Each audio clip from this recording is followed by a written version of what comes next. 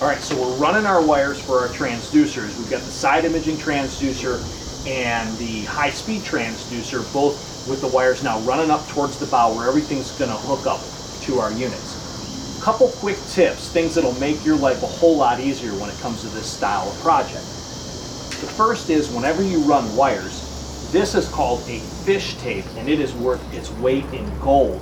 This just retracts and winds on itself. This is an easy way to get wires up through real tight spots if you need to run them kind of from scratch. If there's the ability to run them using a pull-through cord, it makes it all that much easier. But one thing you can do is you can lubricate the wires. It really does help. This is just standard wire pulling lubricant. You can buy this, on Amazon fairly cheap. So use a lot of lubricant. And the third is, every time you run a wire, run another pull-through. I found that no matter how many times you think you're done working on your boat and there's no more projects in the future, you'll need a pull-through. So every time I run a wire, if I'm pulling a rope through and pulling a wire through, I got another rope behind it so that I'm resetting that track. Okay, so here of course we're at the transom, the back of the boat, and we're trying to find the best place to install this side imaging transducer. A couple things to remember when you install a side imager. The first is you need to keep it away from turbulent areas of the boat. So we're going to do it kind of down underneath the boat. We don't want it clear down on the bottom of the running area of the boat or below, because anything we come in contact with will hit our transducers. We want to make sure that it doesn't have any kind of obstructed view side to side. Okay, see, that's something to really consider with side imaging transducers. You wouldn't want to put it here because it won't be able to look this way, it'll hit the jack plate. The same goes with here. This trim tab probably would obstruct it.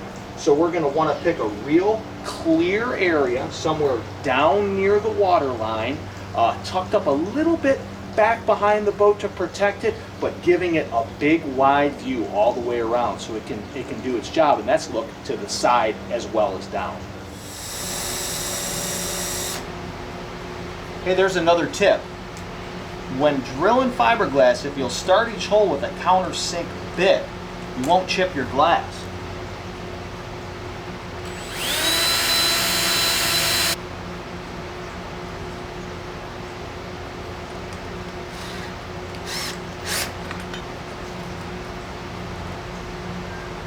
What I'm going to do is I'm going to get back here, I'm going to make sure my transducer is level. That's a big thing, because if you think about it, if your transducer is not shooting straight down level with the boat, then you're not truly getting a correct bottom read. Okay, here we've got the ability to adjust the transducer, the tilt angle of it too, before we crank these down real tight. And what we're going to see is that you don't want it like this, obviously, or like this, you want it real level. We're going to go back and forth and look at this from all different sides and all different angles to get the transducer flat with the bottom of the boat, to get it level left and right, side to side, and to make sure it's not obstructed. So everything's coming together, but now we can get to that point where we can really tweak it and get it just perfect. Now with the side imaging transducer installed on the transom down at the waterline, it's time to figure out where we want to put this high-speed transducer, this puck style. It's going to go down here in the bilge, but believe me, there are certain places it works and certain places it really works. Rather than put it somewhere up here like I've seen it, I always try and get mine right down here by the bilge pumps. Okay, now what I'm going to do to prep this surface is I'm going to sand a little bit here with a Dremel tool, make this real flat, and then I'm going to epoxy this in. We want a real dry, flat surface. One of the keys to epoxying these in is to not get a lot of epoxy or anything between the transducer and the hull. It defeats the purpose of us having a real flat, hard surface here to shoot through if we put a bunch of epoxy in between, because epoxy usually has air bubbles. So what I do is I try and get the transducer down, and then I'll just kind of epoxy around it. I just kind of smooth it around the edge. Okay, and then I'll probably put something on here to kind of hold this down. So I'm just starting the process here, but I'm going to just make a smooth edge around the transducer rather than under it. And I found that to be by far a better way to get a good signal than having a big wad of epoxy under there. All right, so this box here is our 5-port box. This is what we talked about earlier in the install is kind of our little brain. Okay, so everything in this boat, in order to get the one boat network with Humminbird and Minn Kota, everything in this boat needs to come through this 5-port box. It's real easy though. It's a standard Ethernet connection that just about everything has compatibility with. So what we're going to do is we're going to run the trolling motor, the Altera trolling motor to this, a Helix 10 to this, a Helix 12 to this. They'll all communicate. This box needs just a standard power cord, which it of course comes with, and you hook that up just like a power cord for your depth finder. Again, we're going to run all our components. They'll all come to this. We're going to keep all our extra wire. We've got Ethernet cables are a little long, but that's okay. Better to be long than short. And we're going to bundle everything up here, and we'll get everything communicating. In order for the Ethernet cable to work with the standard plug, you need this piece right here. This is called an Ethernet dongle. Crazy name, I know, but basically what that is that's an adapter that allows a standard Humminbird Ethernet cable to hook into the back of a Helix. Now they have these for different depth finders. This is for Helix, which is pretty standard for all the Helix models. This just of course screws together.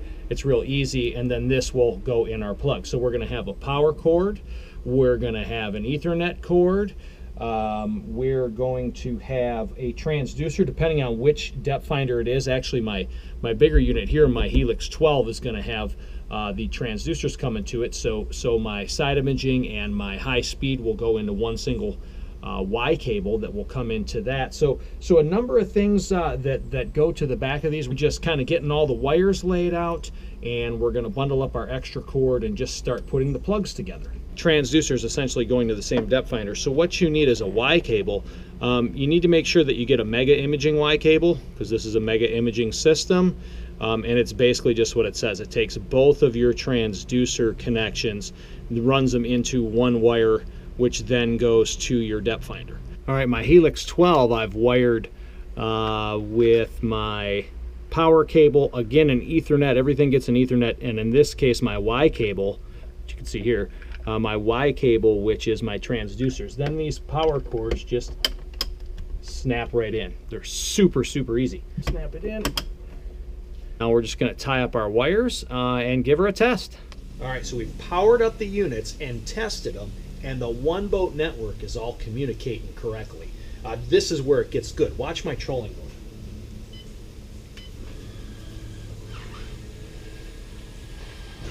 You see, I can control it from here at the helm on my depth finders, and that's really huge. A lot of times when saltwater fishing, I find myself back here in this section of the boat, and I may be handling a fish or netting or throwing some bait over or chumming, whatever it is, and I have to be able to come up here and control everything in the boat with just a few button pushes on my depth finders. You know, that's really huge, especially when we're grouper fishing.